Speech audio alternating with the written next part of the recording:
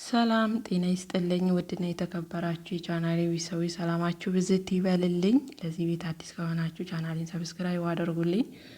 ዛሬም ደግሞ ገኒና ሩታዬን ይዤላችሁ መጥቻለሁ። እውነት ለመናገር ገኒ ለምን እንደዚህ እንደምትጫናት አልገባኝም። በቃ ለቀቅ አድርጓት። ጌታን ጊዜ ትውሰድ፣ ታስብበት። እሷ አሁን ስሜቷና ፍላጎቷ አብርሃምን ወደ ህይወቷ ለመመለስ ነው አይደል እንዴ?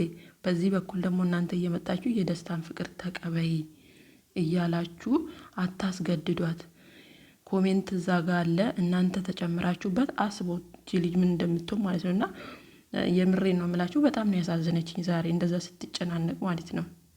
መሰላችሁ እኛ እንደ ወንዶቹ በአይናችን ብቻ አይደለም የምናፈቅረው። ወንዶች አንድን ሰው እንደዚህ ካዩ ፍቅራቸው አይናቸው ላይ ነው ባጭሩ ማለት ነው። እኛ ሴቶች ግን ፍቅራችን ልባችን ላይ ነው።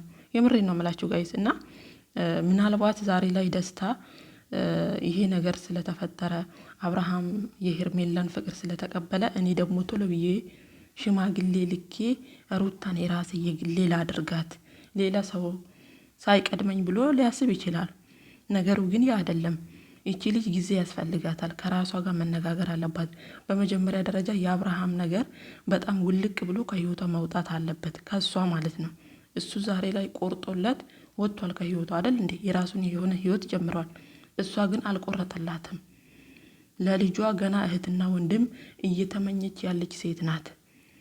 እና የሩታ አክስት ደግሞ መተሽ በግዴታ ካልተቀበልሽ፣ ደስታን ወደ ህይወትሽ ካልመለሽ መቼ ከዚህኛው ቁስል አገገመችና ነው ይሄኛውን የምትቀበለው?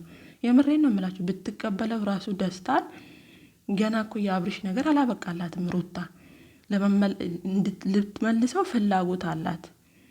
እና አታስገድዷት፣ አታስጨንቋት። ደስታ ምንም ነገር ያነሰው ነገር የለም። ሁሉም ኮሜንታተሮች እያሉ ናቸው ደስታና ሩታ ወደፊት እያላችሁ ነው። ግን ደግሞ በአንድ የሚሆን ነገር የለም። መጠናናት የሚባል ነገር አለ።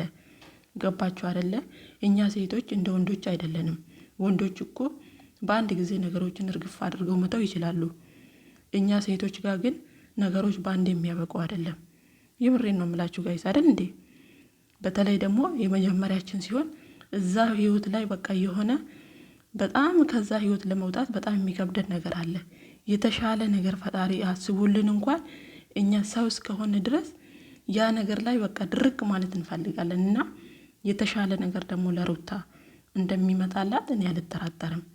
ከምሬን ነው የምላችሁ ፋሚሊ። እና የሩታ አክስት ደግሞ ዛሬ በእንደዚህ አይነት መንገድ ባትጫኘት፣ ይልቁንስ ጊዜ ወስደሽ ከልጅሽ ጋር አስቢበት። ከራስሽ ጋር ብዙ ነገሩን ተማከሪ። ልጅሽን በሰላም ለማሳደግ ሞክሪ። የእናትነትን ጥግ አሳዩ። እንደ ማለት ዛሬውኑ የደስታን ፍቅር ካልተቀበልሽ ማለት ይሄ ቅናት ነው የሚመስለው። የብሽሽቅ ህይወት ታውቃላችሁ፣ ማን ከማን ያንሳል እንደሚባለው ማለት ነው። እዚህ ጋር እሷ ለልጇ አባት የሚሆን ሰው ነው የምትፈልገው አይደል እንዴ? እናንተ ደግሞ ዛሬውኑ ደስታን ካልተቀበልሽ ይከብዳታል እኮ ጋይስ። ነገሩ እንደዚህ እንደምናወራው ቀላል አይደለም። የምሬን ነው የምላችሁ። እኛ ሴቶች እናውቀዋለን አይደል እንዴ ፋሚሊ። ስለዚህ ደስታን መቀበሉ እንዳለ ሆኖ አሁን ላይ ጊዜው አይደለም ነው። በቃ ደስታም ጊዜ ይውሰድ፣ እሷም ደግሞ ከራሷ ጋር ጊዜ ትውሰድ። አብርሃም ይሄድ፣ አብርሃም ሌላኛው አብርሃም ሊተካል። ግን እንደዚህ ባታስጨንቋት፣ ባታስገድዷት ባይነኝ እኔ። ሩታዬ እንግዲህ በጣም እየተጨናነቀች ነው። እኔ ተስፋ አልቆረጥኩም፣ ከአብርሃም እንደምመልሰው እርግጠኛ ነኝ። ምንም እንኳን ሰማንያችን ብንቀድ ብንፈራረም ብንለያይም እኔና እሱ ተለያይተን የምንለያይ ሰዎች አይደለንም። ተስፋ አልቆረጥኩም እያለች እናንተ ደግሞ ደስታን ካልተቀበልሽ፣ እሷ ደስታን አልጠላችሁም እኮ እንደ እህትና እንደ ወንድምነት አብረን እንሆናለን ብላለች። በዛ መሀል ደግሞ እንግዲህ ቀስ እያለ ነገሩ ወደ ፍቅር ሊቀየር ይችላል። ጊዜ ያስፈልገዋል።